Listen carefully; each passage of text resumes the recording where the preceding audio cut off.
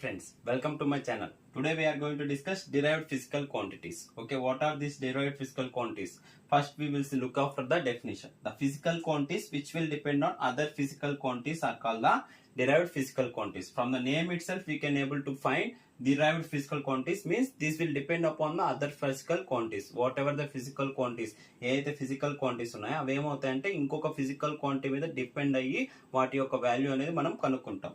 The units of derived physical quantities are called derived units. Okay, example చూద్దాం. We will look after one example. What is the area formula?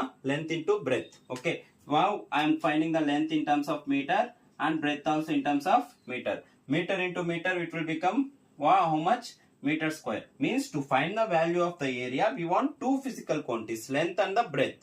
Okay, then only we can able to find the area. Like this, whatever the physical quantities is there, we can able to find all this.